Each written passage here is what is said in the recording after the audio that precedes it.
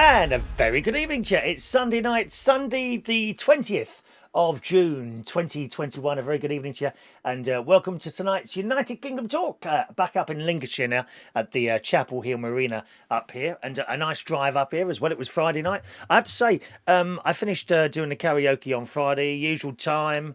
11 o'clock. I was in the car about 20 past 11, and a bit coming out of London. Well, I didn't get any red lights. Very unusual. And it's funny, sometimes you keep catching the red lights, and other times you get green lights, and other times you get yellow lights. Last night was Friday night was all green lights. So happy news there. How are you on this Father's Day? Yes, Daddy cool, Daddy cool. What Father's Day songs could you have? I'm just trying to think actually now. Oh, there's that sad one from Luther Vandross, isn't it? What's that? Dance When My Father Has Gone, or something like that. Songs like, here you go. It's not even on the list, isn't it? Isn't it funny? You see, you start a show and immediately you completely go off from the menu that's written down in front of you just because something just dropped into my head. Not a lot drops into my head these days, I'll be honest with you, but that did. What songs can you relate to Father's Day? There you go. There's your first question today. Now, to contact me, if you're in the chat box, chatting away and shouting at me, I'm afraid I can't see the chat box. Okay, to send me a message, please use the email address at the bottom there, chris@unitedkingdomtalk.co.uk. All right, or up in that corner there. I have to look over there to my monitor. I don't know what way it is, because it's all mirror image, you see. So in front of me, it's there. But to you, it's there. There's the phone number there. That's for text messages only, okay? Text messages only. 07451 287 337 is my local text number. You can call in as well if you want. Might as well open the phone line straight away, mightn't we? There you go. There's your phone number if you want to call in. 020 8144 3477. So use any of those methods of communication. For Father's Day today, I went round to my nephew's house. Actually, he came here first. This morning I got up, I did the church thing on the telly, and my nephew came round to do a couple of little jobs for me, Gary. One of which was putting up a little curtain rail in front of one of the doors I've got up here at the caravan. Sorry, the Lincolnshire Television Studio and Radio Super Hub Network Control Centre, which is where I'm positioned at the moment in this purpose-built television and radio studio. He came up to put a batten up first, but the wood wasn't wide enough. So then he goes, this is last night, incidentally. Last night, I was round there saying, could you put this up? And I bought the curtain rail to him, and he bought this batten out, and I thought, oh, I'm not sure that's wide enough. So then, I mean, such cleverness. He then got a second piece of batten and then made these two metal things to join them together. Very clever. Not something I could do. And he's in his little work shed. Sparks were flying out of it with this thing going round and round on the bits of metal. Sparks everywhere. I thought, any minute, this whole place is going to go up there. We'll disappear in a fire. Fire everywhere. Anyway, it didn't, fortunately. And so I put those in the car last night after seeing the children. It was lovely going up there last night. See the children and just sitting there watching the telly. And my sister and Martin came over and bought me a vanilla milkshake and an apple pie, which was most acceptable, I have to say. And then he came back over this morning about 11 o'clock to put up the batten with screws. He didn't even need my No More Nows. I mean, I always use that. You know that tube of No More Nows? That's what I put everything up with. Didn't even need it. Put a couple of screws in. Up went the bracket, on went the curtain, so that job's done. And what's the other thing he did here? Oh yes, my our studio door was getting stuck on the floor, so he's raised that up a bit, and now it opens and closes so easily. Little jobs that I find so difficult to do, done in a space of minutes. Mum, he didn't even want a cup of tea. He was like one of those Polish workmen. Doesn't even stop till the job's done. How fantastic is that? Eh? He could be a Polish workman if only he'd learn the language. Then he'd get loads of work. Talking of which, down at the house, I think I must have found a Polish workman to decorate one of my flats. Because he's quoted me to decorate an entire flat. Okay, it's just to freshen up because I've got a tenant changing over. Which is always bad news because then you lose a load of money. But there you go. One of those things. A tenant is changing over and the next tenant would like a freshen up. A freshen up. I got a quote for the whole flat, less than 350 quid. One bedroom flat. Happy days. You know, can't wait to go and check that once it's been done. And if it's any good, I'll get him to do my house as well. A couple of rooms in my house need doing at the moment. You know, over years, you know, you take something off the wall, don't you? And you get a patch. And you can't just go over it with paint, because the paint that's already there, has been there for a few years, has already faded. I never forget that. Years ago, about 20 years ago, I went to Australia for a holiday, and I got my mate to supervise some decorating going on, because I can't be doing with that. No.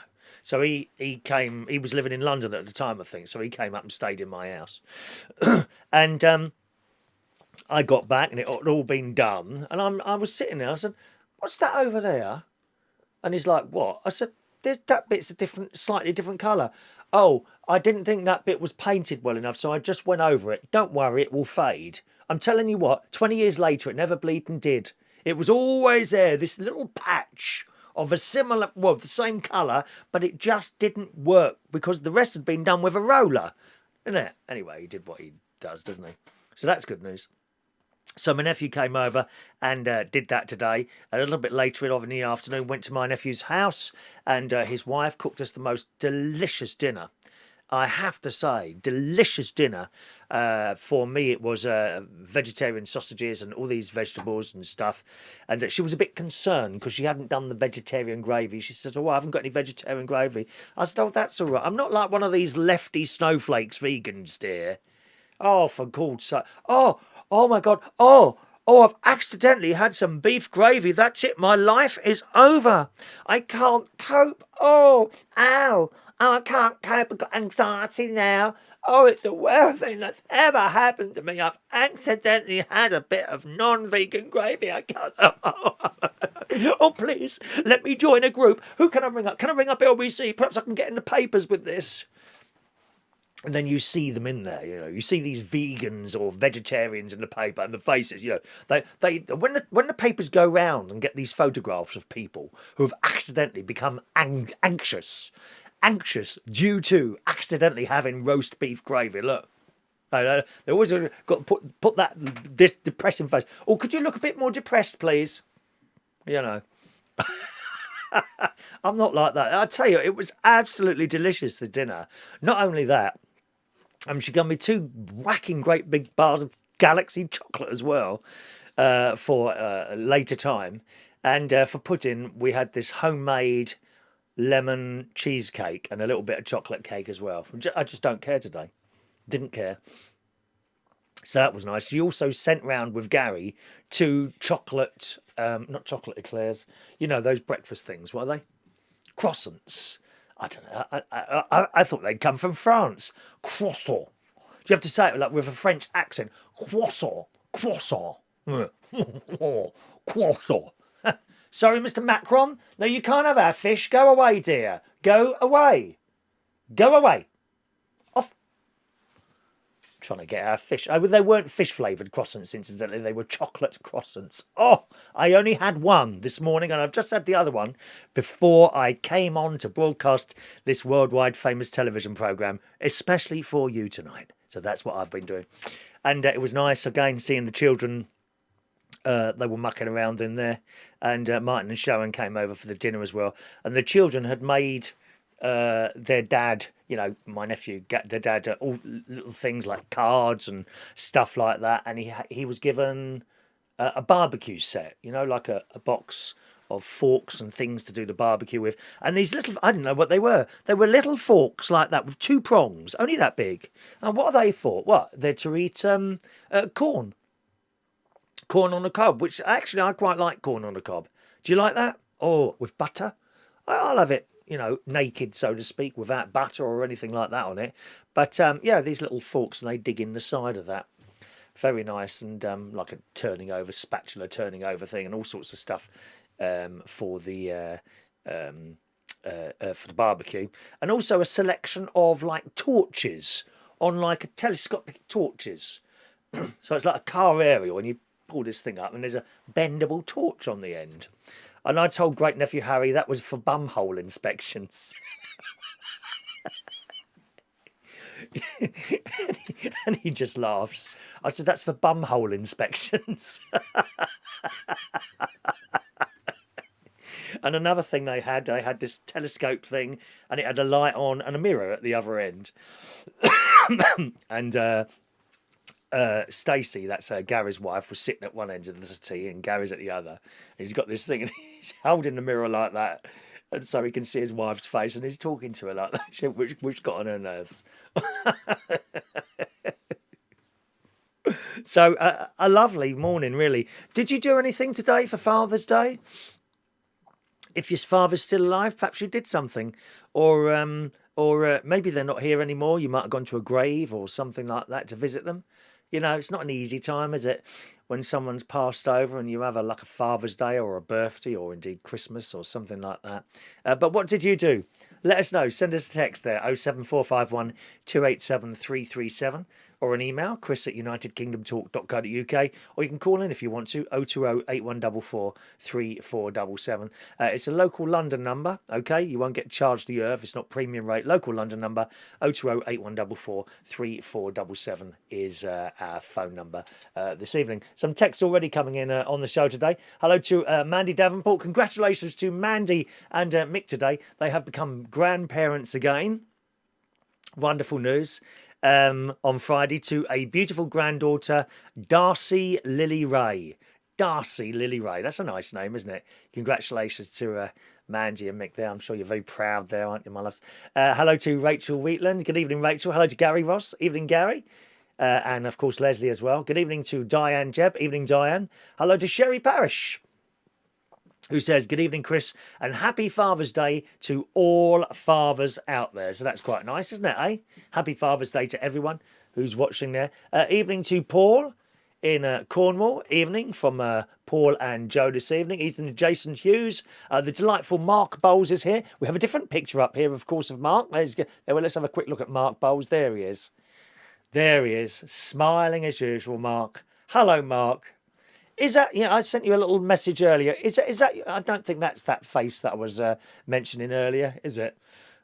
That's not your thingy face, is it, eh? No, I don't think. That's like a smiling, nice face, that, isn't it, Mark? Thank you very much for that. Evening to John Parrish. Evening to you, John, who says, the greatest man I ever knew was my favourite dad's. He says, his... You haven't checked your spelling. John has put, the greatest man I ever knew was my favourite dad's dong. Oh, really? We weren't going to talk about dongs.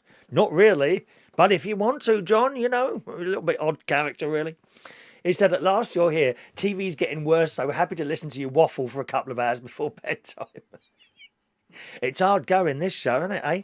By the time you've watched this for an hour and a half or whatever it's going to be, we never really... I don't time it to last a certain amount of time. Never. Honestly. I know it usually ends up at around the 2-hour mark, but I never time it. I mean, it could... Maybe today it'll only be an hour. Don't know. It's just how it turns out, really. Never really time it. That's the beauty you're doing this. Of course, with the radio thing, it's very different. I have exactly 58 and a half minutes on the radio. Exactly 58 and a half minutes. If a song's not finished, I can't ask for another 30 seconds. It just cuts me off.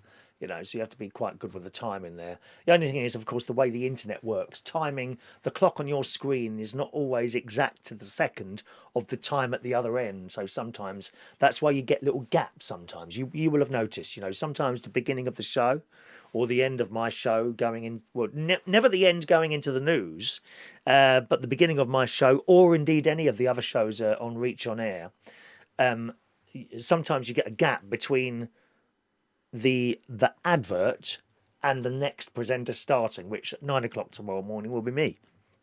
And that gap's there because the timer is not exactly... Even if you refresh the page, that timer is not always exact. Here's a little thing.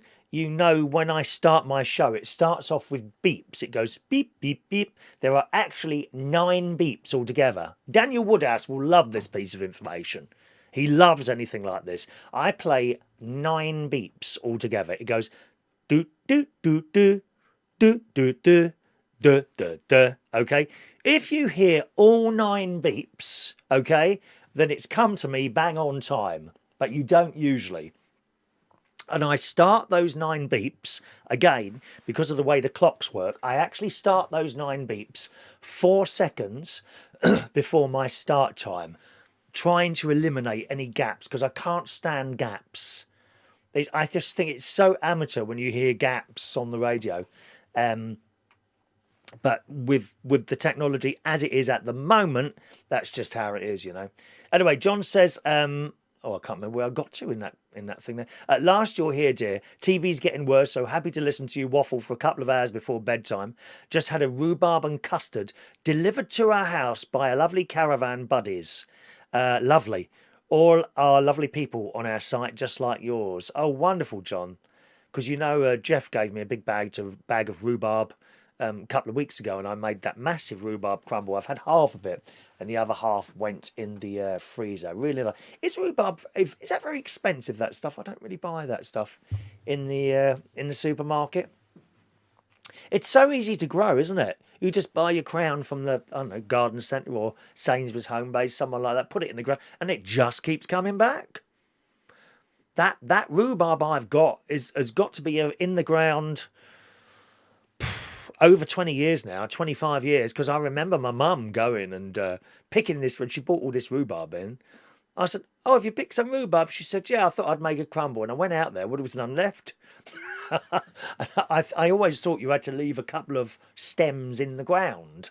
But no, apparently not. You don't. Because it comes back every year without fail, that rhubarb.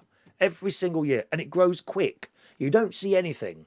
When I mow the grass, I tend to mow it right down to the bottom. Well, you don't even know there's a rhubarb plant there. And then the next year, up it comes again. And once it starts, it shoots up very quickly. Thank you, John. Good evening to Ollie K. Evening, Ollie.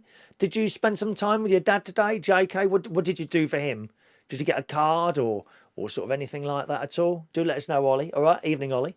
Rachel said nothing for Father's Day. I was working this morning, and Leo is working tonight, so she hasn't done anything. Maybe tomorrow there. Good evening to Maureen in London. Evening to you, Maureen. Hope you're well there. And evening to Andy, who says, I saw my son today. He bought me a card and a box of Heroes chocolates. Did he sing to you, Hero? You're my hero. La, la, la, la, la, la, la. Or when they come and do it. But actually, at Central Station, not many people do that one. But that's one of those songs they crucify, you know, like I Will Always Love You by Whitney Houston. 2 particular songs that are constantly crucified by people that sing at the karaoke. Oh, it's hideous. It really is hideous. Don't forget the email as well, chris@unitedkingdomtalk.co.uk, and Lee Toby emails into the show, who says, I'm looking very sharp. Thank you. Thank you. I had a little bit of a shave, and I've had my hair cut. That was last week, though. A little bit of a shave, and I try to look my best, Lee. It's very, very difficult. Very, very difficult there. All right, thank you, Lee. Text number 07451 287 337, or you can call in there 020 8144 3477. I did have the PayPal up there, and the reason that's up there so early today is I just wanted to thank Mike, who's in Brighton. He works at this time, so he's never with us live anymore. You may have noticed. I don't know if he used to be in the chat box with the rest of you or not. Just a reminder, gang, I'm not in the chat box at all. If you want to join in on the show, you need to send me a text, please. 07487 07451 287 337, or you can email in chris@unitedkingdomtalk.co.uk. And Mike watched the recordings of the show. Of course, very occasionally someone sends in a little tip as a super chat, which is very kind of you. Thank you very much when you do that. But if you're watching a recording of the show, you can't do that, which, of course, I completely forgot that if someone's watching a recording of the show, right, and they want to send a tip, now they can do that because that PayPal thing works all the time. So there we go. So I'd like to just thank Mike in Brighton for sending in the PayPal tip. Also, not only did he send in a PayPal tip, he's found a new caravan. And he said, would this be... I'll read the email here. Here we go. Hi, Chris. Found you a lovely caravan. Hope you're well. Did you get my tip? And indeed I did. Thank you very much, Mike. Funnily enough, I used to get like a message on the occasions that someone sent a tip. And it used to flash up on my phone, you know, money has been sent to your PayPal, but for some reason that's stopped now. So sometimes I miss it until I look. And I don't sort of keep an eye on the PayPal, really. I should do, really. You should always keep an eye on your blooming credit cards and bank statements and all that, because you never know if some dodgy character's got in there and start nicking all your money. Yeah, anyway, thank you very much, Mike, for the tip. He's also sent me in this. Found you a lovely caravan. Now, I'm not sure. I'm not sure that one would be suitable, to be honest, Mike. I mean, where's the door for it? I'm just getting the back or something like that. Does it have a toilet on? It is my dream. I bet it's yours as well, Rachel. It's it's my dream to have a vehicle with an onboard toilet. I would love that so much. Much more important than having a bed or a living room or a kitchen in the back. I'd love a vehicle with an actual toilet inside it. And I honestly don't see a toilet inside there at all. And perhaps I can't see it. Maybe we need an internal view on that one, do we, Mike? Anyway, thanks for sending that in, sir. All right, much appreciated. Okie doke. Let's see who this is. Just a moment now. Hello to Dino. Good evening, Dino. Nice to see you. Dino is in the house. Long time no speak. Great show tonight. I must remember what a great show you have. You're very kind, Dino. It's just a bit of fun, really. You know, that's all this is. It's a bit of fun. I did a couple of years ago, and I thought we'd go somewhere with this, but no, we're still here with a handful of people on YouTube. My mate says, don't worry about the numbers. It's therapy for you. I think he's right in a way. I do think he's right in a way. So thanks, Dino, for your little message there. And realising that, you know, I'm not in the chat box. Still, I have to keep saying that because people often...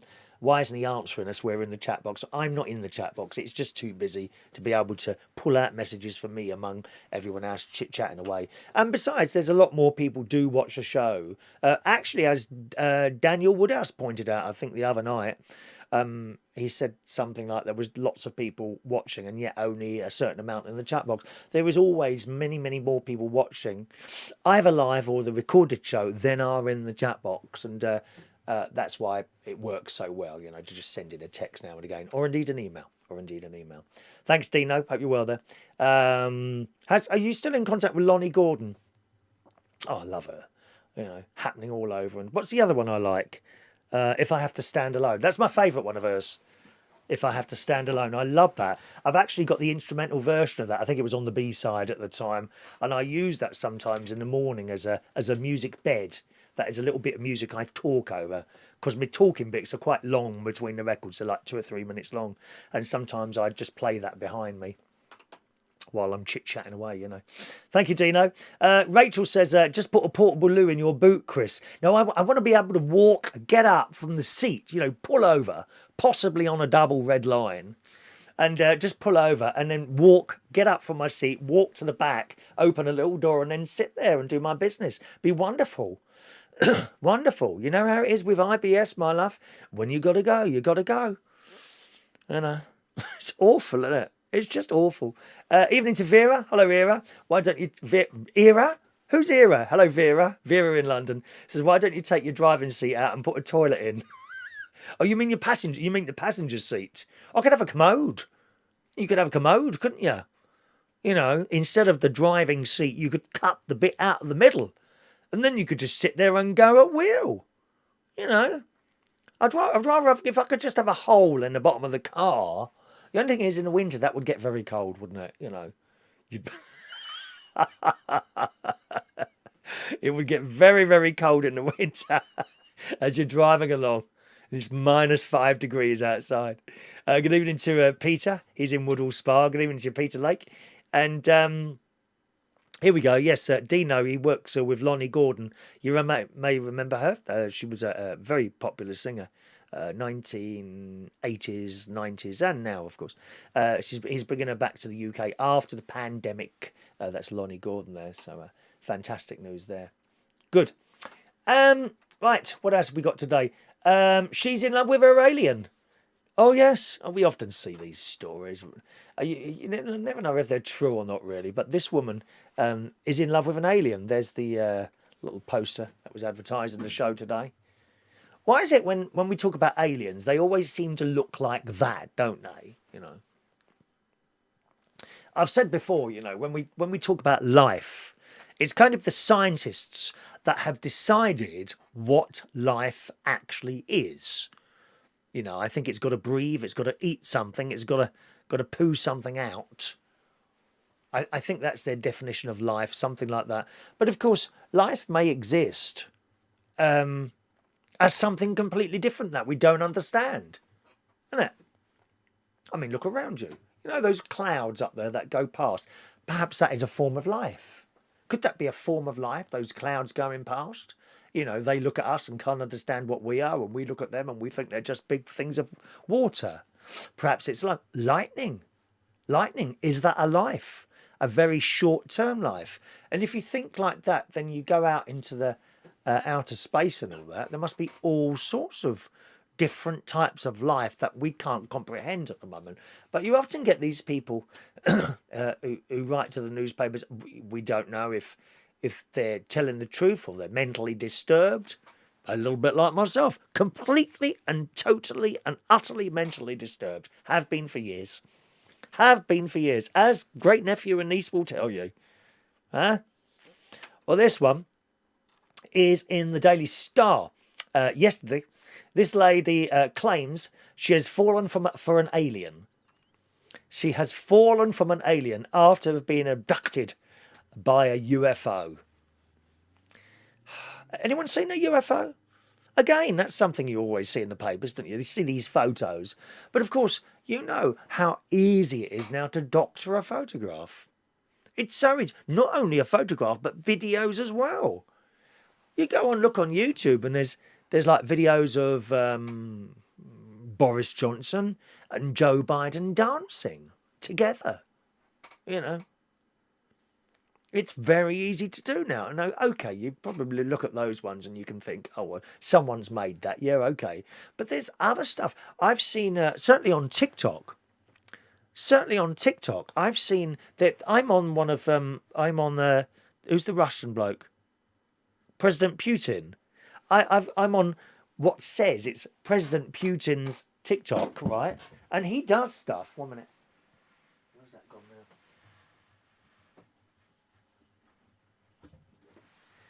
Hang on a minute. I've dropped my phone now. And he does stuff on his TikTok. And you're looking at it, and it's just perfect. And you're like, is that him or is it not? Like jumping over things or having a little bit of a dance. But it's not like those cartoon ones. You can send, if you go get an app for your iPhone or Android phone, there's certain apps and you can put your face on like a little body and you can start dancing around and all that. It's not like that. It's like he's actually doing it. Now, I don't know if that's him or not. Similar with pictures of aliens and things like that. I mean, I could take a picture of myself now. Like, the 1950s, the alien pictures of the 1950s at, is it Rothwell or Roswell or something like that in America, where they reckon they got an alien and cut it apart to examine it and all that business. I could sit here after the show and create an old picture of me that looks like it was taken in the 1950s or 1940s. And it would just look like an old picture. Wow, that's an old picture. No, it isn't. I've just done it on my computer. You can't believe what you see anymore, can you? I know you're probably looking at me and you can't believe how young and good looking I am. If I was to tell you my actual age, you'd be very shocked. Whereas someone like John Parrish, who watches the show regularly with his helper, his wife, if you saw a picture of him, you would think he looks much older than he is. I've never seen so many sort of riverways in someone's face, to be honest. And then you have a look at a picture of Mark Bowles, and you think to yourself, is that an actual real person? How can anyone be that gorgeous? I don't know if that is actually what he looks like, to be honest. Has that picture been doctored? I don't know. I like to hope not. I think that might be the real person. And it's the same with these alien pictures. In the Daily Star, this woman, Abby is her name, she reckons she's fallen for an alien after being abducted by a UFO, an unidentified flying object. Last month, we told how a gran from, and it says in the Star, a gran from Bradford she'd been abducted by aliens more than 50 times. Blimey, she should be so lucky. Have you seen some of these grannies and their toy boy lovers? How do they get them? Is there some sort of special method that they use to get them? I've seen some very dodgy videos of toy boys and grandmas. Yeah. I mean, it makes you wonder what your nan used to get up to. Anyway, I don't want to go there. Oh, got these images in my head now. Paula Smith claimed her first, this is the other woman, claimed her first encounter was when she was a little girl and they had continued ever since. She's 50. She even shared images of bruises she claimed were left on her body by aliens. But actress, Abby is an actress who's in her 30s, say her E.T. paramour is her soulmate and better than any earthling. I've got a feeling that most aliens are probably better than any earthling. I bet they don't muck up their planet like we are. Though she's still waiting for a second date with her sweetheart from the Andromeda Galaxy. Oh dear. Has he not come back then, love? That might be telling you something, mightn't it? Abby says, I'm sick of men from Earth. I joked online about wanting an alien to abduct me. I then started dreaming every night of a white light. Just give me the light. Just give me the light. Just give me the light. That was a massive song when I was DJing at this straight place in Hammersmith, the Belushi's in Hammersmith. They used to love that one, Sean Paul. It goes on to say, one night, a voice in my dream says, wait in the usual spot, which in my case would be room 4 on the right-hand side of Chariots, which is now closed, unfortunately. The next evening, I sat next to my open window. As I drifted off to sleep, a flying saucer appeared outside. There was a bright green beam which transported me to the UFO. It was probably someone with one of those laser pens. I've got one of those. Very good. You must never throw them up to the planes, though. Very dangerous. Abby claims there were 5 aliens which had a human build, but they were very tall and slender. She said there was one that connected with me. Oh, they all had a go, did they? And you just found the one you wanted. I'd try out a load until you find the right one, my dear. You know, you don't want to go with the first one that comes along. But choose one of them, for God's sake. That's why I'm on my own. Anyway, Abby said she was, I felt the same. He said I had to consent to go with them, but I didn't want to say yes in case they took me forever. Abby said she was safely returned home to Canary Wharf in East London after 20 minutes. Is that how long it took, love? 20 minutes? Oh, dear. She now has an overnight bag ready and says, I hope he comes back. I'm willing to visit the Andromeda Galaxy. But Abby has faced a backlash over her new lover and added it's controversial for people who haven't considered interspecies dating. So if you're not a fan of interspecies dating, that would make you racist. You are racist. Well, how many knees do we have to get down to for the aliens? Is that the other knee that we use? How's that going to work? Quickly, can someone message one of the little left-wing groups that can help us with that? We need to know which knee to kneel down on. Surely it can't be the right one. It must be the left one now, is it? Interspecies race dating. I mean, I'd be happy to have some of that, to be honest. Anything, to be honest. She says, I'm willing to give it a go.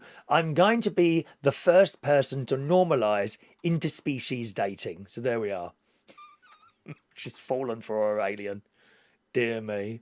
Do you like the idea of going out with an alien, perhaps? Is that your sort of cup of tea there? Vera in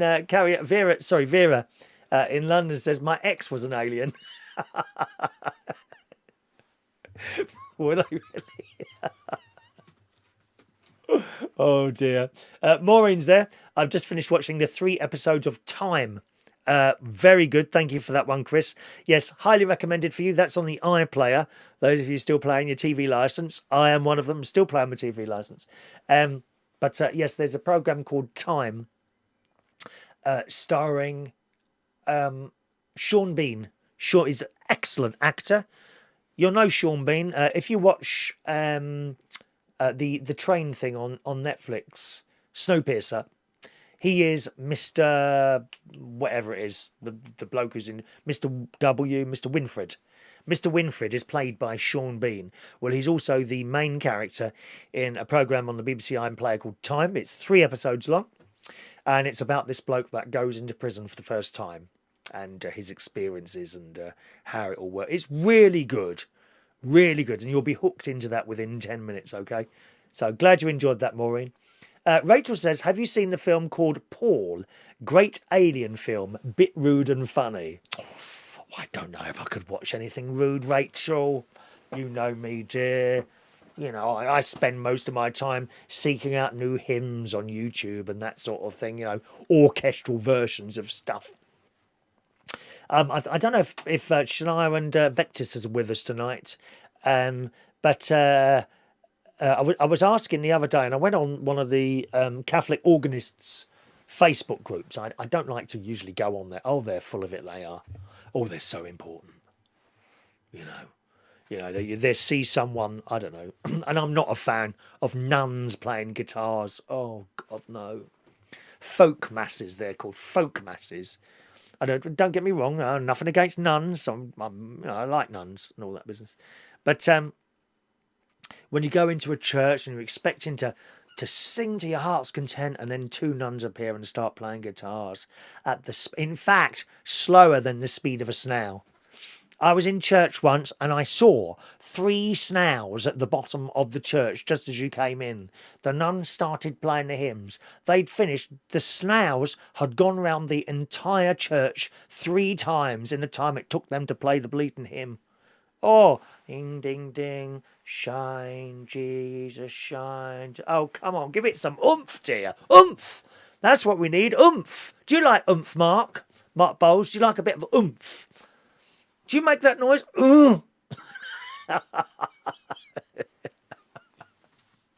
Yes, and if you are watching Shania and Vectis, I'm looking for an orchestral version of the Credo 3, and I can't find one anywhere. And I put a note on that organist group, and they said, no one's ever done it. You know, no one's ever done it. And I have an idea in my mind how I'd like it to sound. You know, there's a bit at the beginning that goes da da da da da da da da da. I'd like someone on the timpani drum to play da. I've got an idea in my head how I'd like it to sound, but I don't have the skills to be able to orchestrate something. I can just about write the first line of a melody with difficulty. I certainly couldn't orchestrate a melody or anything like that. Maybe there's someone I could go to, of some young person who just wants to do it as a bit of a project or something like that. It would sound fantastic. If you know the Credo, you'll know what I'm talking about. If you don't, that's okay. It doesn't matter anyway. All right, Rachel. Anyway, that's the alien. I wonder if the alien, perhaps aliens are better looking than us. You know, maybe they are. I mean, no one that I know could possibly be better looking than that, to be honest. You know, but some people are. Some people are very good looking. Here I am. Some people are not so good looking. John Parrish. That's it. I don't know how he got someone as beautiful as Sherry to marry him. That it must have been money involved or something like that. That's all I can think, really. You know. But other reasonably good-looking people. Harry Styles, little No Erection. He was in that band, No Erection, wasn't he? Eh? And he's not bad looking. But one of the papers here, honestly, it says the headline is Harry Styles reveals his heavily tattooed physique as he showers on an Italian beach. The 27-year-old pop superstar actor was seen on Friday as he enjoyed some time in the crisp blue waters of Porto Urco before relaxing in the sand. It does look very nice where we are. Harry started off his day with a brisk dip in the crystal clear waters. After he had his fill, he climbed up to a picturesque shower on the side of a cliff overlooking the beach. And said, isn't it funny how they tell these stories? Mind you, is there any difference in reading these stories in the newspapers and me telling them to you? I mean, if these stories weren't in the paper, I'd struggle a bit. You know, I'm not that interesting that I can feel all the time with stuff that just I do. You know. But we like to know about these people, don't we? We like to know about Gemma Collins. We do. We like to know about Katie Price. They sell papers. I particularly like to know what the Queen's up to all the time. There was a wonderful picture of her getting out of the car at Ascot, wasn't it? Was it Ascot? Or was that a couple? I think it might have been a couple of years ago. Did she go to Ascot this year? I can't remember now. Anyway, I saw a picture of her. Looking fantastic. I think she has some green outfit on. How does she carry on, eh? I think she's amazing, the Queen. She carries on. Her husband only died a few weeks ago. And there she is, out there with all those people again, isn't she? Shaking the hands of tramps like you. Eh? I'd love to have her on the show.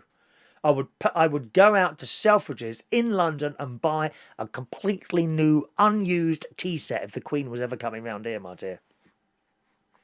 That would be great. I could ask her. She could talk about anything she wants to talk about. I wouldn't even lead it. I'd just let her talk. I think she's wonderful, the Queen. Did I have a picture of the Queen on it? No, I didn't. No. How does she carry on? Amazing. 90, was it 92 she is? Or 96, something like that?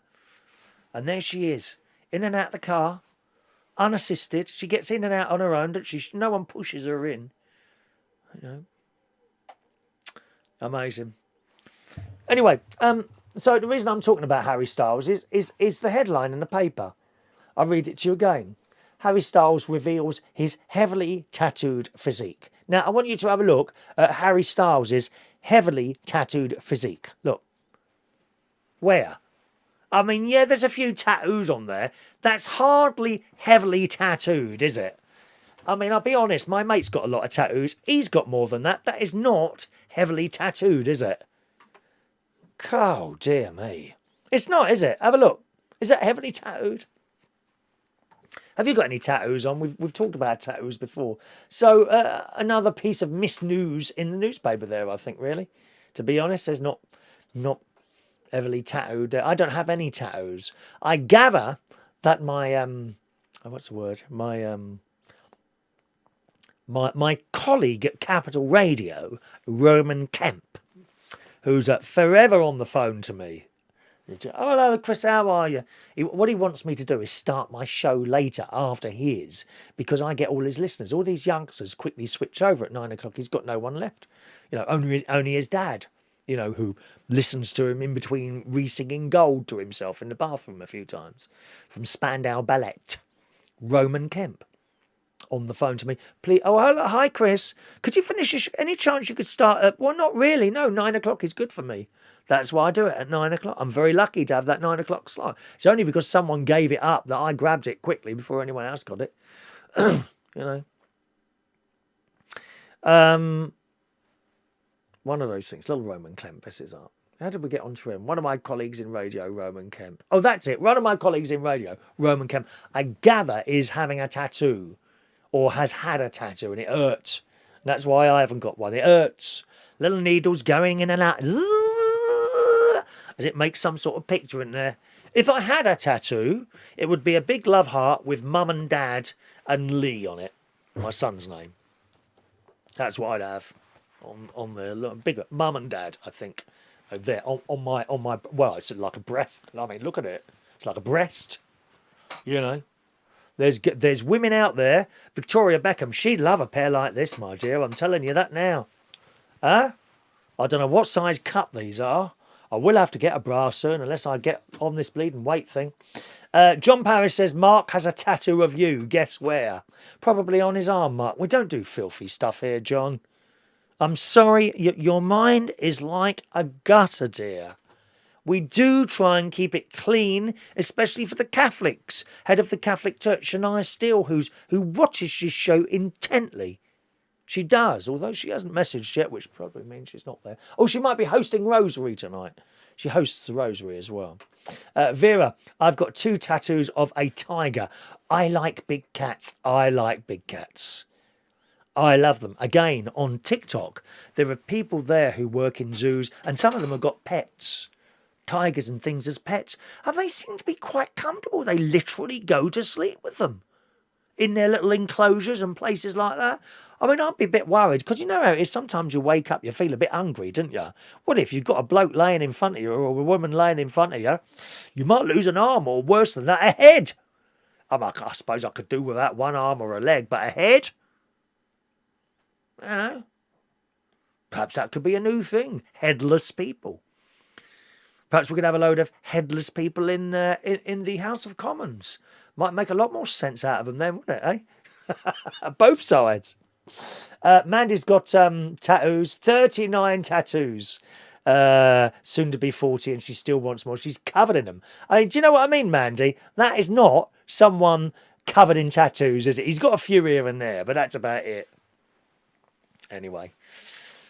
Thank you very much. Good evening to Richard Morris. Evening, Richard, in London. My very, very good. The only person I'm in contact with from the Black Cap is Richard Morris on a regular basis. That's true.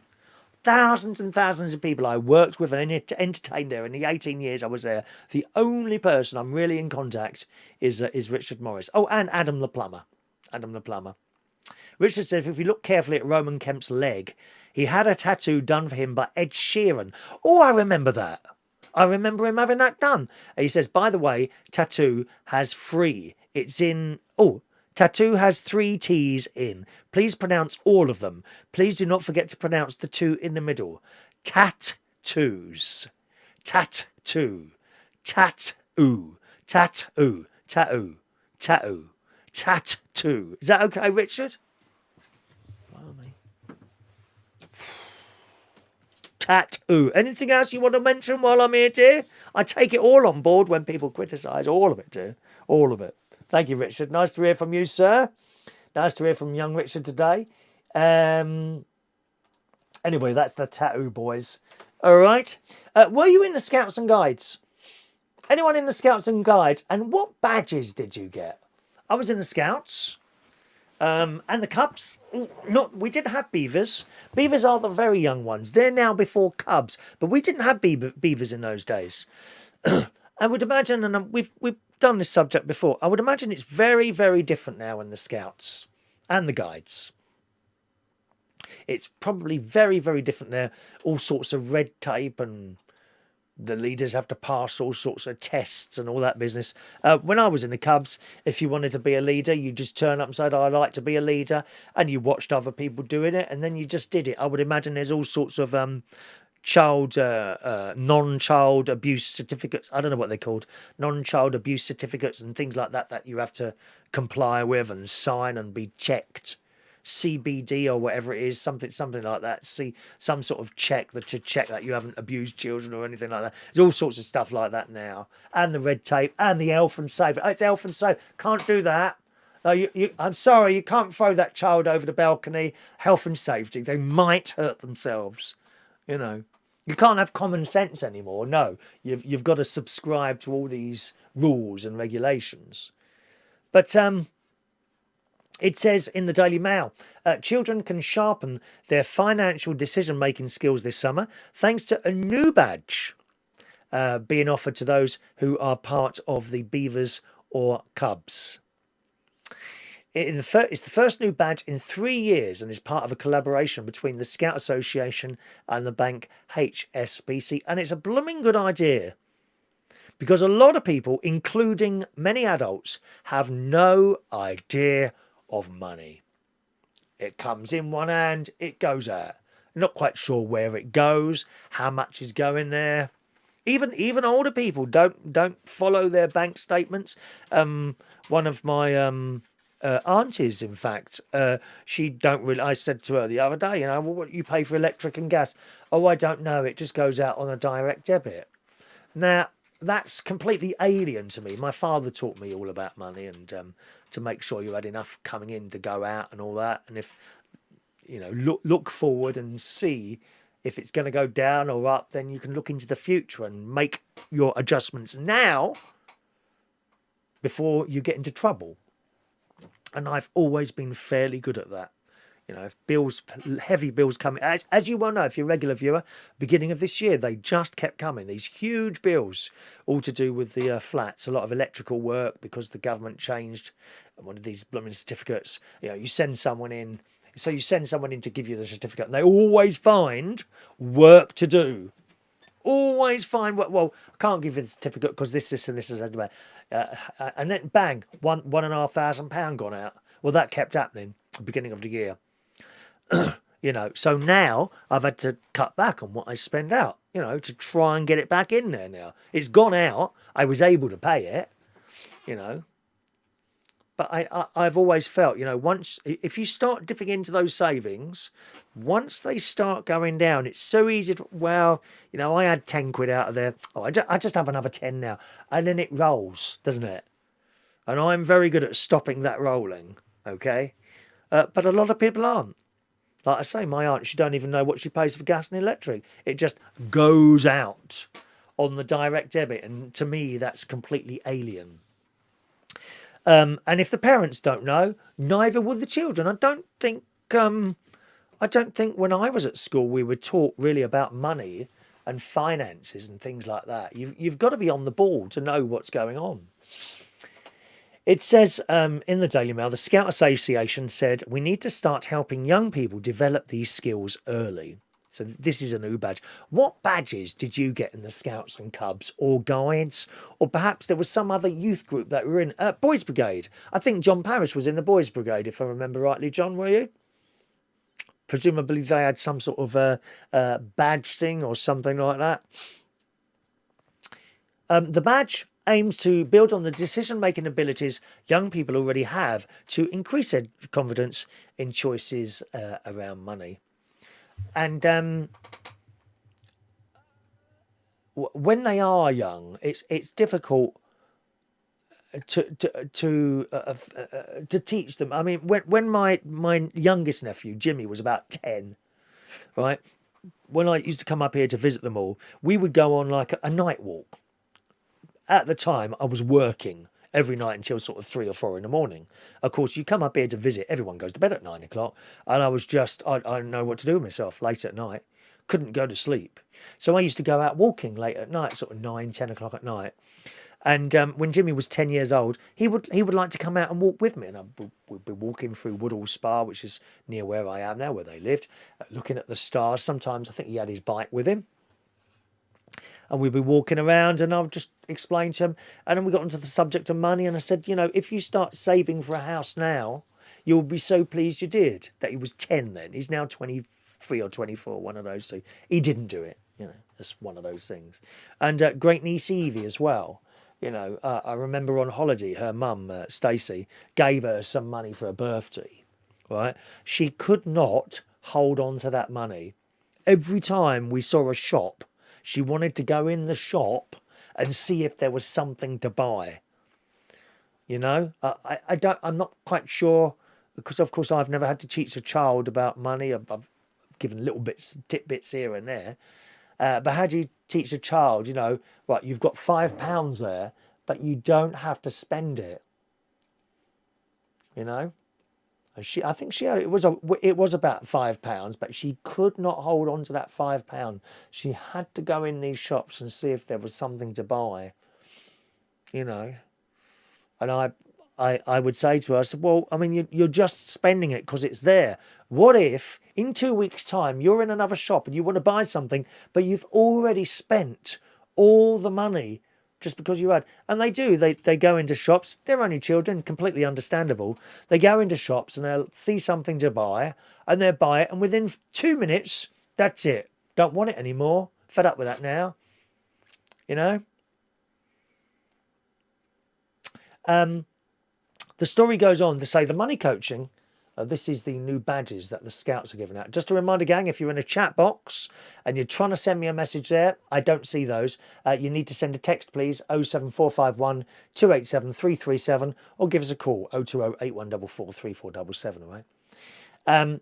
It says the money coaching will be based on age-appropriate financial skills outlined in Young Money's planning framework research. I think this is an excellent idea for the Scouts. Hopefully the guides are still around, are they? The guides as well? Hopefully the guides do it as well, to teach the young people about money.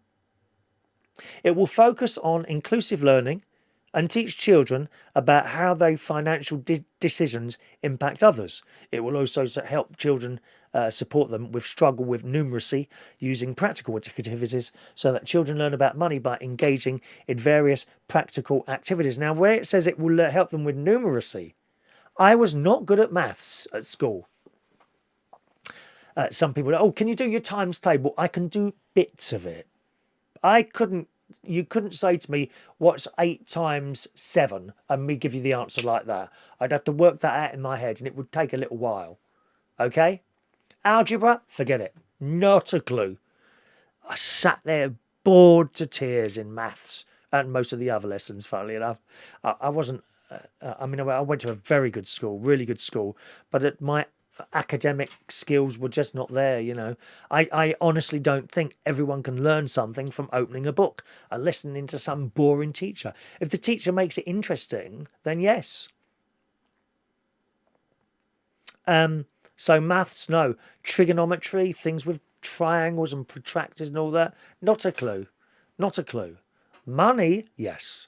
I could tell you probably where every penny goes. Talking of which, we've had a result with the electric bill here at the caravan. Here we go. Look at this, eh? Very happy with this, my love. We got meter reading here. We got the bill from the 11th of December to the 1st of April. Bill £34. Thank you very much. Very happy with that. That's my latest caravan electric bill. £34. It also has to be said, I've hardly been up here, obviously due to the pandemic. I wasn't even up here at Christmas, was I? You know, and the last 2 Christmases I've been up here, but couldn't do it. So £34 electric bill. Thank you very much. I wanted to pay this, but I've got to change some of the details on the, on the bank. What's that thing? You know, when you transfer the money, and to do that, you have to have your little card machine and slot the card in. Well, I've got one up here, but it's not working. When I push the buttons, nothing happens. I mean, the screen comes on and everything like that, but it's not working properly. Anyway, back to this story here. There are 4 requirements for beavers and 5 for cubs to master. The Scout Association said there will be at least 2 new activities for each requirement and designed in collaboration with volunteers. And HSBC, the bank, said they would train more than 200 staff to deliver sessions to young people in Beavers and Scouts to help them earn this badge. I think that's fantastic. Now, I think it was my sister having a conversation with me some time ago, in that we thought that the Scouts and all that, it was kind of on the wane, so to speak. I think I just thought young children wanted something else now. They don't really want the Go Scouts and go and light a fire and all this, that and the other. I didn't think they wanted to do that anymore. My own Scout group in Roehampton closed down some years ago, the first Roehampton Scout group, and I was devastated to hear that. Absolutely devastated to hear that years ago. But it's just the way it is. But according to the article in the Daily Mail, it said the Scout Association warns there's still around 70,000 children, on the waiting list to become Scouts, Beavers or Cubs. This is up 17% from the 60,000 that were waiting in 2019. They say it's a challenge made by COVID, and there are some adults that can't be Scout leaders as they are the at-risk group of getting coronavirus. But the Scout Association is trying to change this through Good For You campaign that launched last month to recruit over 5,000 volunteers. And, being in the Scouts and being a leader is very different. An assistant leader, that's all right. You know, being an assistant leader and having to sort of take instructions from the man at the top is probably all right. Um, I was an Arcala for a while, cub leader, but I wouldn't want to do it again. You know, hassle with parents. And, you know, there was one where I think I'd mentioned that we might go camping, right? And it turns out I couldn't get the time off, so it didn't happen. And I had this mother come up to me once. She said, "You said you were going camping. We've booked a holiday now and everything, and now we're going to have to change all that because you're not going camping." And I'm like, "Well, you know, I was at that point. I thought I was, how old was I at the time? I think I was 23 at the time. I thought, you know, is that what I am, a babysitter? You know." And the boy is standing there here, listening to his mother saying basically they wanted to go on holiday and they didn't want him to go. I thought, how awful. And you have to deal with all that business, and I don't think I'd want to deal with all that again. Plus, of course, as I mentioned to you now, there's all these bleeding safety checks and the health and safety business, and I don't suppose for one moment it's as easy now as collecting a pile of wood and throwing a load of paraffin over it. Which you do in the Scouts, don't you? As long as no one's watching. And then just throwing a match into it all. And whoosh! Wow, look at that, Chris.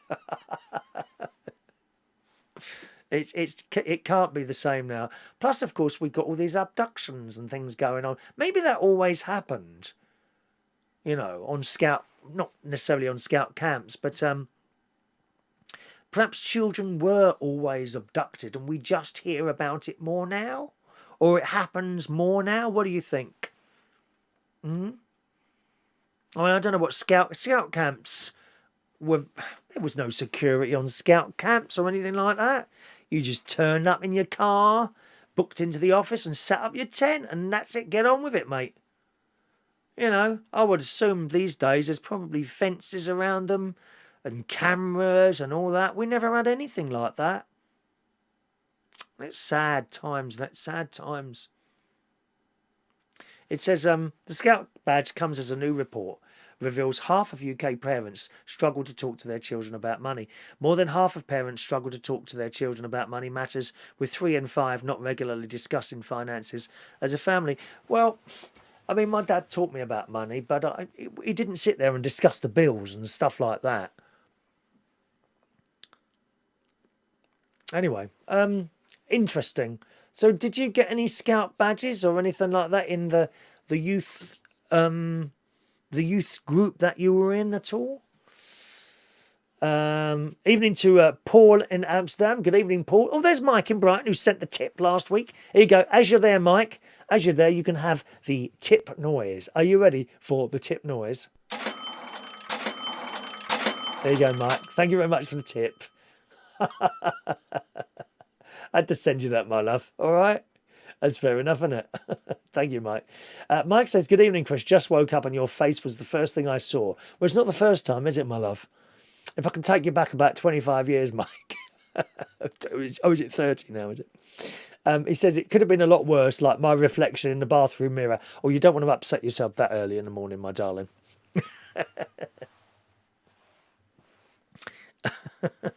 Anyway, so none of you got any badges then, I assume. Was anyone in the Scouts or Guides?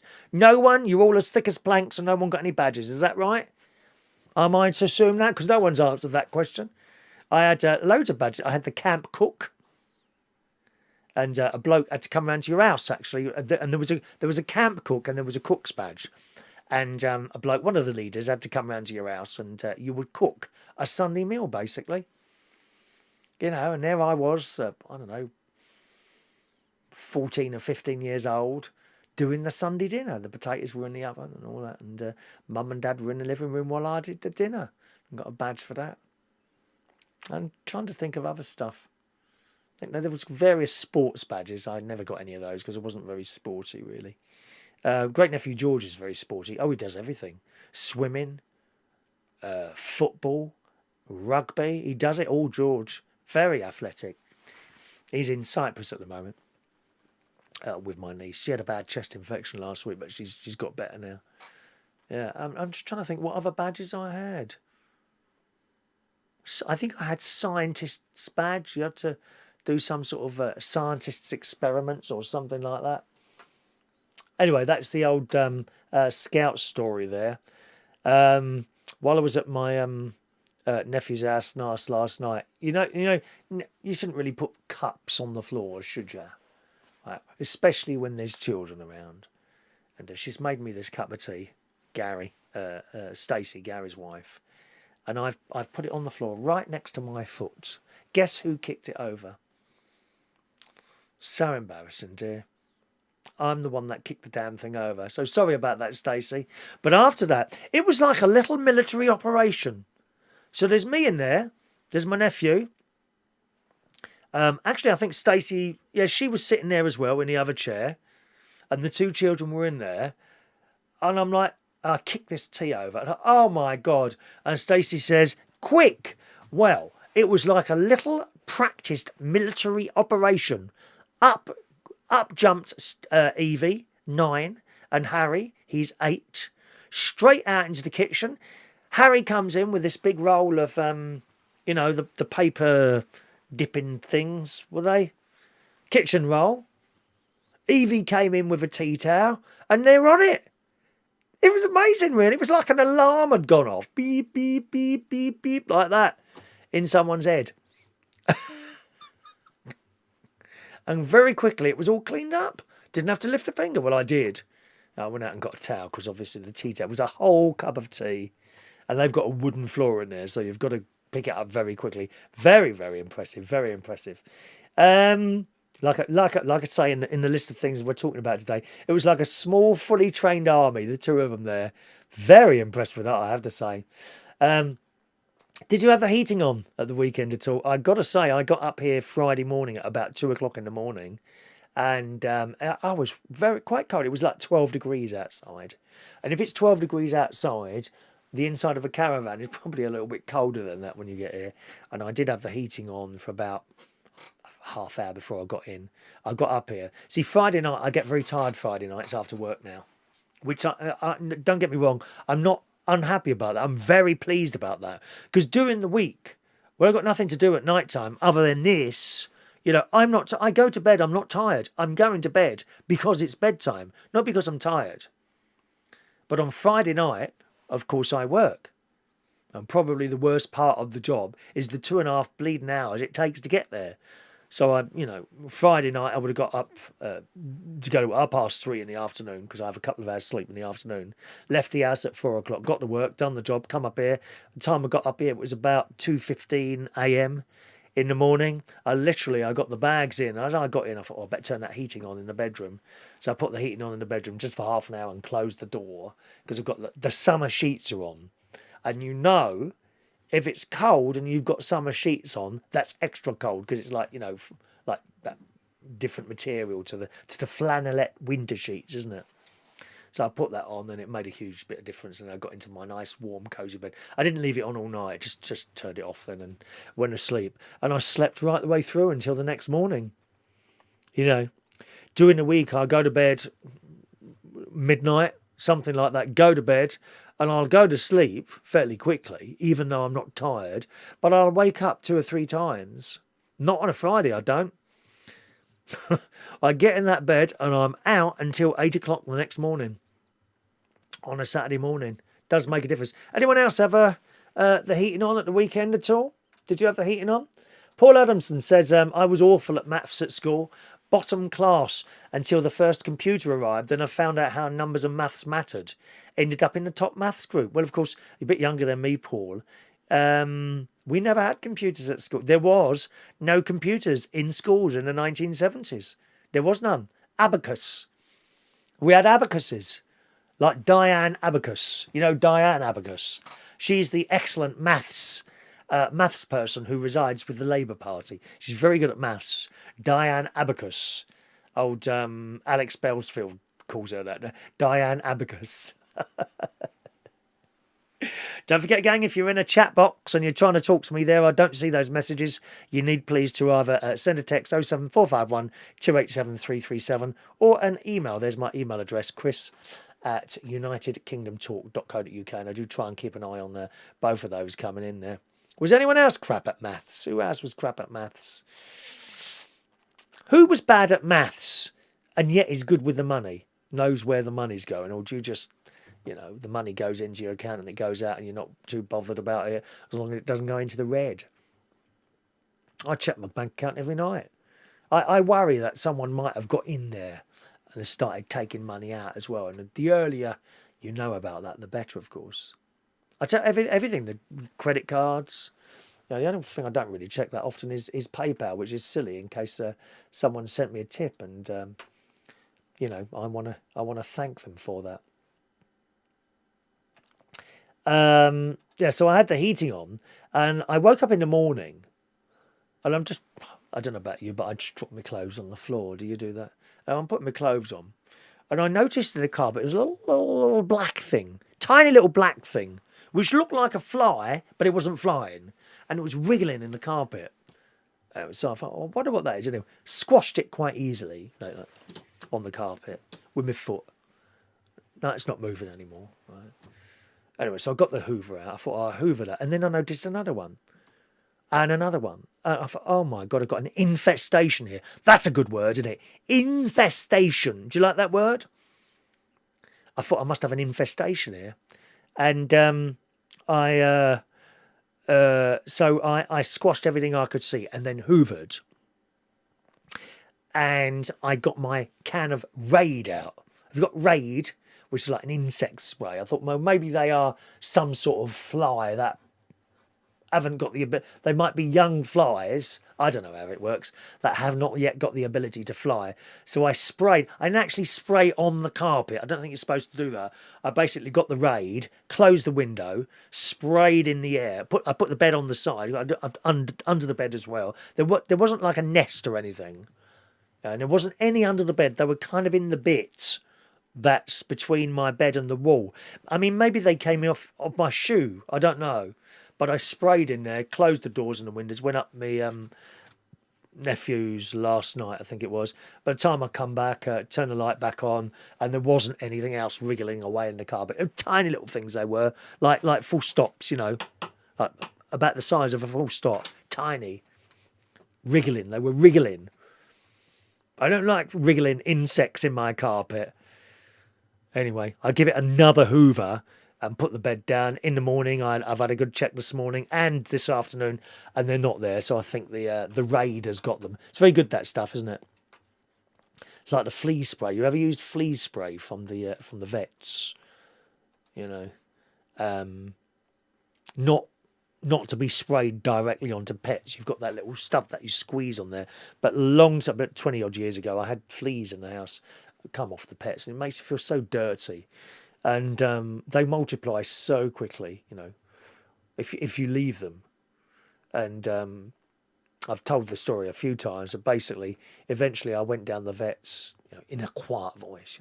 Oh, I think I've got fleas in the house. Oh, don't worry about that, sir. This is what you need. She gave me this can of stuff. How big's the house?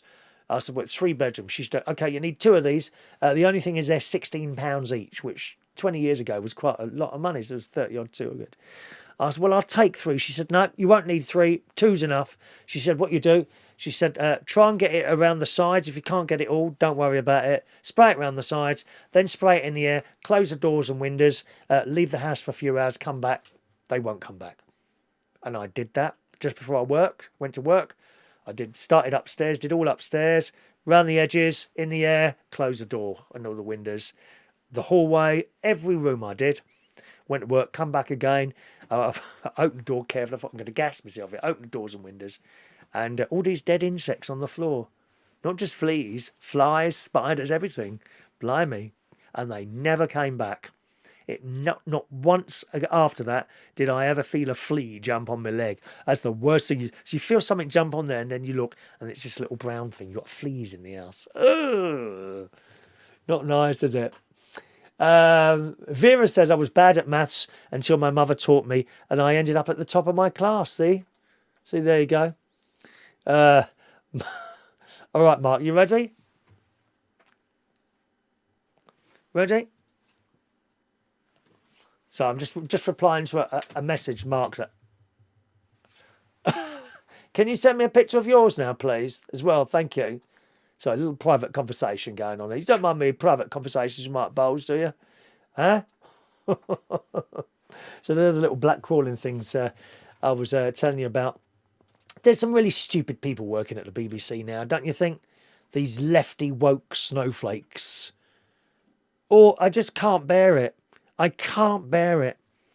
Lefty woke snowflakes moaning all the time. This, that, and the other. But there's also a lot of them are thick as planks. They come out of university because they're so worried about changing the world. They don't actually learn anything else, I don't think. Story in the Sun. I mean, how thick can you be? I know nothing about football. I'm not interested. But I would know this. In the Sun, the BBC scored an own goal by trying to book 1966 World Cup hero Gordon Banks for a show, even though he's been dead for 2 years. I mean, how thick can you be? These are the people making programmes now at the BBC, telling you what to think and what to say and what not to say. It's a joke. And they tried to book someone who's dead 2 years. How can you not know Gordon Banks is not here anymore? One of the UK's most famous football type people, Gordon Banks. He's on the same sort of category as George Best. Perhaps they've never heard of George Best either. Thickos. An assistant producer asked an agent if the goalkeeper legend could advise children's TV presenters for a fun penalty shootout. But Gordon Banks died at 81 years old, which isn't bad, is it? In February 2019. The person who we are not named... Oh, come on, name them, son. Please name them. We want to know the thick people of this world. Yeah, I don't class myself as intelligent. Don't get me wrong. Certainly not. But there are just certain things that you just think people should know. How can you not know that? In years to come, people won't even know history with all these statues being toppled all over the blooming place. You know? And don't people want to know that? You know, when you see people of black people who were enslaved years ago, and there were the statues to these people, this man had black slaves. Well, if you've taken down the statue, how do people know what had happened in the past? It's ridiculous, isn't it? And stuff like that. Old Alex Bellsfield channel, he says that there's a statue outside the BBC apparently, you know, which is there, and they seem to be on the side of the statue removal thing. Certainly by watching some of the programmes and that. Well, they got a statue outside the BBC broadcasting house. The bloke was a paedophile. So how is that allowed? How is that even allowed? It's a joke, isn't it? They make up the rules as they go along. Anyway, back to the Gordon Banks story here. The BBC member who tried to book him, even though he's been dead for 2 years. It says, we thought it would be a great fit. Would you mind letting me know if Gordon is potentially available? Gordon's they're going on about this 1966 thing again. What is all that about, eh, people? You go on and on about how we won the World Cup in 1966. Move on. Please move on, darling. I mean, I don't go on about Bucks Fizz and the Brotherhood of Man and who's the other girl? The other couple who won the Eurovision. The latest one, was it Love Shine a Light? Katrina and the Waves. 1996, was it? We won 95, 96, one of those two. I don't go on about that, do I, dear? You, as soon as you turn on the football thing and there's like a World Cup or something like that. Yeah, well, in 1966, oh, please, do us a favour. Gordon's 1966 England teammate, George Cohen, said the BBC need to up their game. Tory MP said it would only take basic research. What a bunch of thickos there. Gordon was wanted to give tips to host Joe Tasker and Carps Cower for the CBBC show Saturday Mashup, which I don't know that. I've never watched CBBC's. The BBC says, we are sorry if it caused upset. Well, we are upset because you're so thick. You haven't even got people there that now do that proper research, have you? Christ. Oh, dear me. I remember, I think he was blind in one eye, wasn't he? Was it an accident on the pitch or a car crash? One of the two, I think it was something like that, wasn't it? Hey. Don't forget that text number, 07451 287 337 for your text tonight. Were there any school dinners that you didn't really like? School dinners. I don't know why I've got that on there, actually. Why? Were there any school dinners? There must have been a story there that I pulled out that I haven't got in front of me now. School dinners you didn't like. Yes, I remember now. I remember why I've got it now. Yesterday, I was invited down in the afternoon. The people, 1, 2, 3 caravans along. That's Ken and Elaine. Lovely couple. Lovely couple. Ken used to drive big lorries and things like that. Anyway, he was 80 yesterday. And the caravan at the end, so that's 1, 2, 3, 4 along. They had a little bit of a party in their garden. People have got lovely gardens here at the caravan site. Some people have got big garden, big plots. Some people have got small plots. I have a very, very... In fact, I don't have a garden. It's pots. Basically pots I've got. I've no lawn or anything. But I'm at the end and my garden is the field in front of me. I've got a fantastic view here. But down at the end there, he's got quite a big garden. He's got this little bar he's built, all wooden bar with drinks and all that, and flashing lights and things. It's so nice. Anyway, I got invited down there to Ken's 80th birthday, which was really nice of them to ask me. And they had some food. Unfortunately, they asked us if I wanted something, come down and have something to eat. My dinner was already on, and I went to do a bit of a litter pick yesterday. So I came here, had my dinner, and went down there. And we sat around there chatting. The nice thing was, I was the youngest one there by about 25 years, I think.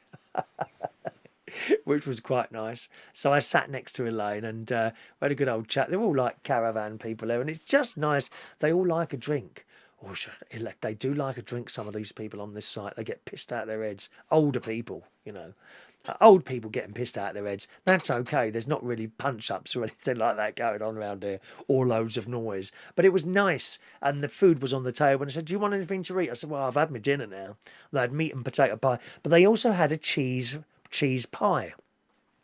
One of the blokes had made cheese pie. So I said, if you don't mind, I said, I really can't eat any more now. I probably could have, but I'm trying to limit myself. And I really would like to lose a bit of weight at the moment. I really would. But I find it difficult now. I don't know why I find it so difficult at the moment. I'll probably get on it at some point and then it'll start falling off. I don't know. I know Adam the plumber, he wants to lose some weight as well. I think he rejoined or is going to rejoin Slimmers World. I don't think you've got Slimmers World groups at the moment. You know, you've got to do it all online and it's not the same. You know, when you go in a room and there's 30 people there and they're all trying to lose weight and everyone weighs themselves, it's almost like a little bit of although it's not, you do feel kind of that you're in a little bit of a competition with people as well, you know, which kind of works. It certainly worked for me that other time. I lost 2 stone in 6 months. It's 2 stone I lost. You know, if I could get on that now, I could get back down to 11 stone by Christmas. That'd be all right. I don't know. I mean, my nephew's wife gave us 2 bloody great big bars of Galaxy chocolate last night, this morning, which I shall enjoy eating. And I expect we'll go to Skegness at some point this week for fish and chips, or baked beans and chips, which is what I like. So I took a piece of this cheese pie. I said, do you mind if I have a little bit for later on? Then he said, yeah. So he gave me a piece of cheese pie and on a little paper plate, and I brought it in here. And after I'd been to my nephew's, I'd come back here, had a sleep, and I think I had it last night, shortly before I went to bed, really, which is the worst time. I should not be eating that sort of thing before bed, but it's there. Do you know what I mean? If I'd have had to cook it, then it wouldn't have got eaten, but it was there on the plate, quick job in the microwave. And I have to say, it was blooming lovely. Cheese pie. And that's where this bit of the show comes from today. Were there any school dinners that you really didn't like? I was in primary school. And I don't know, I ended up with a cheese pie on my plate, and I went back and I thought, I don't like the look of that. And I had the potatoes and I had the pudding, and I tried to chuck the plate of cheese pie. A miserable old bag standing there and said, oh, I see you've eaten your pudding. Perhaps you'll go back and have a piece of my cheese pie now, and sent me back to my table. And I had to wait until she disappeared before I could chuck it away. And that was probably my most unfavourite school dinner. All the other dinners at school I loved, certainly in the secondary school. And everything used to be cooked on site then. Do you remember? Every school had its own kitchens, and they would cook the meals on site. And a whole little team of staff would be in there at, I don't know, 7, 8 o'clock in the morning, peeling potatoes and all that. Now it all comes out of one place, doesn't it? And it gets distributed to the schools. And I don't know, I suppose it's the modern world, and that's just how it is now. It's been like that for some years now, don't get me wrong. I'm going back here to the 60s and 70s. Every school had its own little cooking area where they cooked the meals, and out they'd come. And our school in Fulham, London Oratory School, had fantastic school meals. Really good. And I think the cheese pie was probably the worst thing I ever liked. And yet, the one that I had, that bloke cooked last night, was so nice. And a little bit of tomato on the top and all that. Bit of mustard, bit of onions in it. Beautiful. Was there any school dinners that you really didn't like? Vera says, I hated all school dinners. Lumpy potatoes and custard, bullet peas and watery gravy. You see, I hear that all the time, or used to hear that all the time, Vera. I couldn't honestly say. Certainly the school dinners in the secondary school, London Oratory, none of them had lumpy potatoes and custard. That being said, I did find once a pin in my potatoes. I always remember. Like literally a pin. Probably popped out of someone's hair. Which I immediately took up, and they, didn't bother me. It was a pin. Good job I didn't put it in my mouth, but I didn't. Yeah, I didn't. Other people, they'd be straight onto the council. Oh, I want some money for this. Money-grabbing bastards, aren't they, eh? Moan, moan, moan, moan. It's just an accident. An accident. Like those people that got fed a chicken burger instead of a veggie burger. Just take it back and get it changed. You don't have to go mad and get your pictures in the paper and all that. Yeah. Evening to Mark Jones. Good evening, Mark. Sorry I'm late. Slimming World are back to groups now. Ah, right, okay. Mine is, but the only problem is it's gone up £1. What, is it £6 now? Is it £6 now, Mark? Gosh. But you were on that before and you lost the weight, didn't you? This is what this is what happened to me.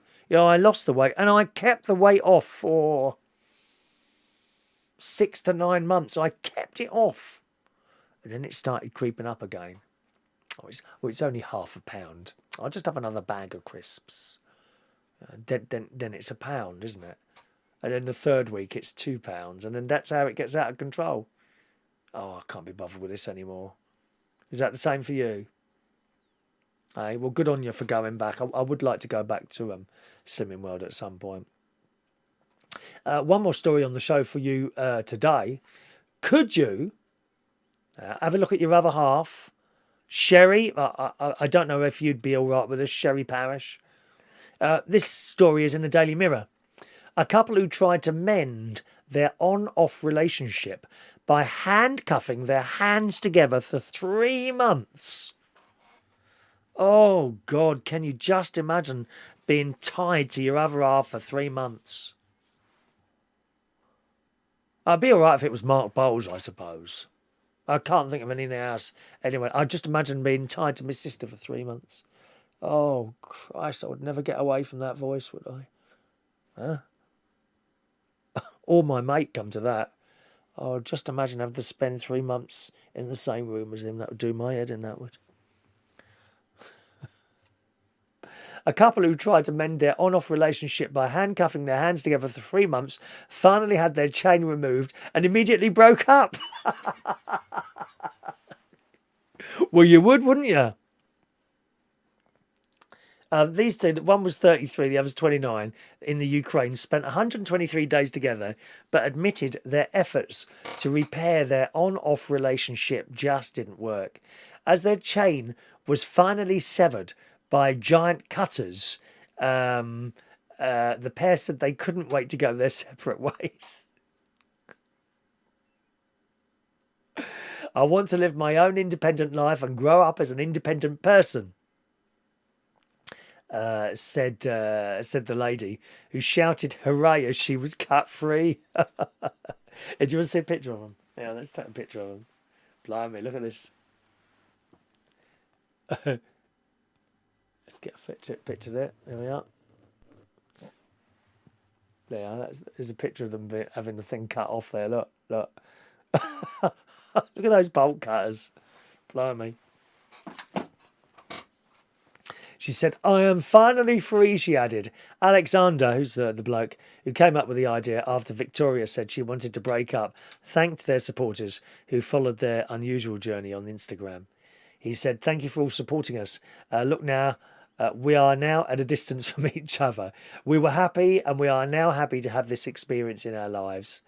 For nearly 3 months, the couple had no personal space and did everything together. Oh no, from bathroom breaks to grocery shopping. They have to go poo together. If one wants to go, the other had to go. Oh no. Oh no. I can't. I don't know how people can go in the toilet when someone else is doing a poo.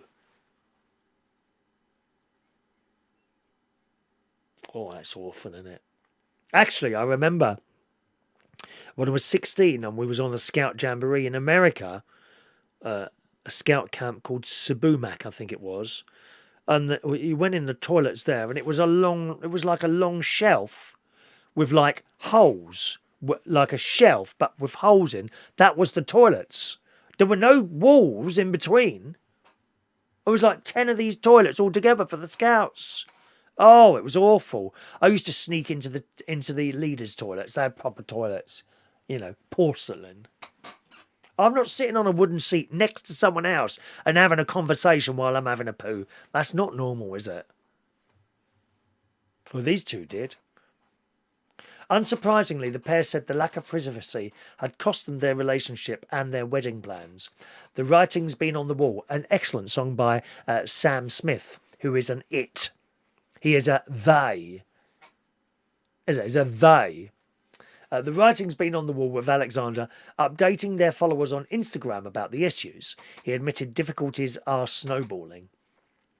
As soon as we find one plus in a situation, immediately there are two minuses. I should think so if you're sitting on the toilet and the other one's got to stand or sit next to you. Oh.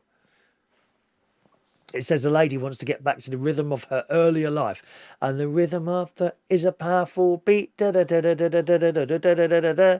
Or there's a picture of him in swimming trunks. He could do with going to the gym a bit, I think. Blimey, look at where's his legs? Where are they? Look. I'm sorry, if you're going to put pictures of yourself up there, expect them to be criticised. There you go.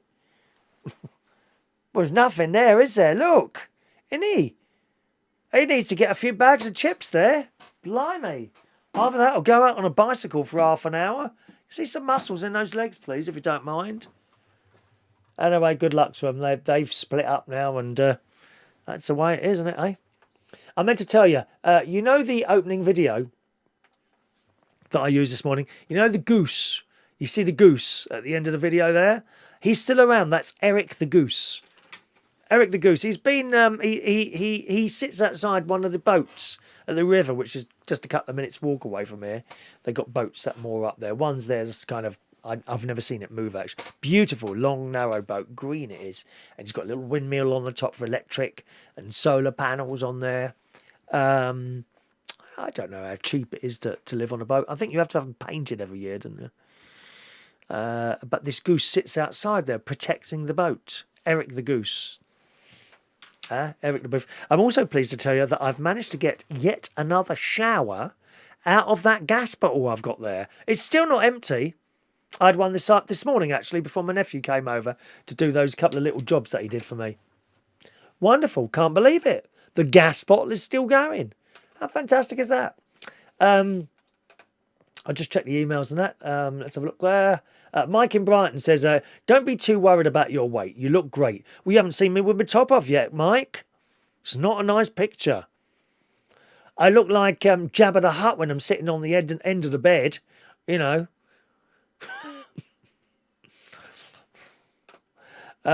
He says, besides, everyone I speak to says they put on a few pounds due to the lack of things that they do. Well, my thing is that I feel very unfit because I'm still not going swimming. I've got to get back to a swimming pool. The difficulty is with the swimming. I think you can probably go swimming now. I used to be a member of the Boston swimming pool up here. Now, that's when I was coming up here every week. The thing is, I'm not doing that now. It's more like every 2 or every 3 weeks, you know. I only work once a week, so when I come up here, that's like there and back, you know, and the little travelling that goes on. Well, there's 50 quid worth of petrol there, you know. And when you're working 3 times a week, that's all right. But I can see it might be a problem, so I took action now, and now I come up sort of once every 3 weeks. So it's a bit pointless joining the Boston Leisure Centre. If I'm only, it's like, that would be £29 working out at like £29 a month. Now the cheapest one down south is the £53 a month one, which I might join that. I might join that one, but I would at least be getting 2 weeks, well 3 weeks out of the 4. Do you know what I mean? So that's how that works out. But I would like to get back to the swimming. I think that's where my breasts have come from. Lack of exercise on this department. Mike says, as for school dinners, we didn't have a canteen, but we had a tuck shop, which was very popular. No school dinners. Oh, wow. Was that here or in Ireland, Mike? I thought every school did school dinners. Just a tuck shop. Gosh. I had a lunchbox my mum created every morning. Loved my crunchy peanut butter sandwiches. Oh, I'm not one for peanut butter. No. Always an apple and a club milk biscuit too. Oh, if you like a lot of chocolate on your biscuit, join our club. Do you remember that? If you like a lot of chocolate on your biscuit, join our club. Which one did you? I like the orange ones.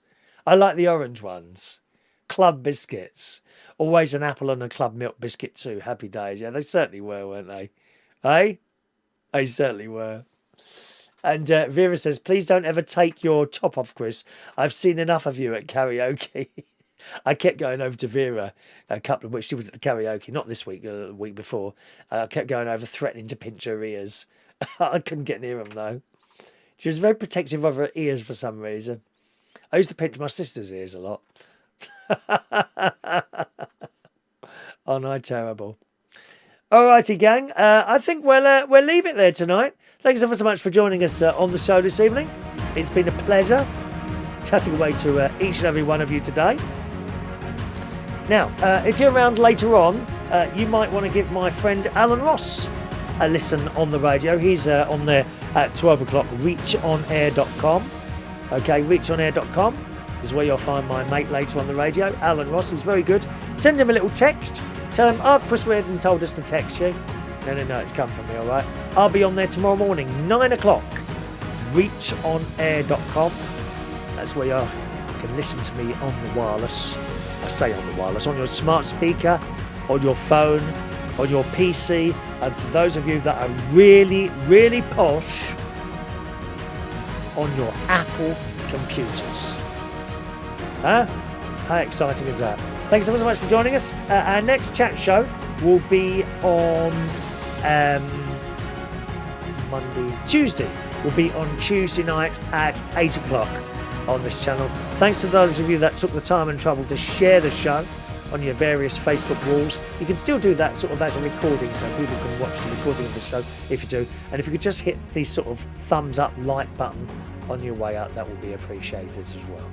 Enjoy the rest of your Sunday evening. If you've got any dads out there, happy Father's Day to you. Thanks so much for listening. See you tomorrow morning at 9. Bye-bye.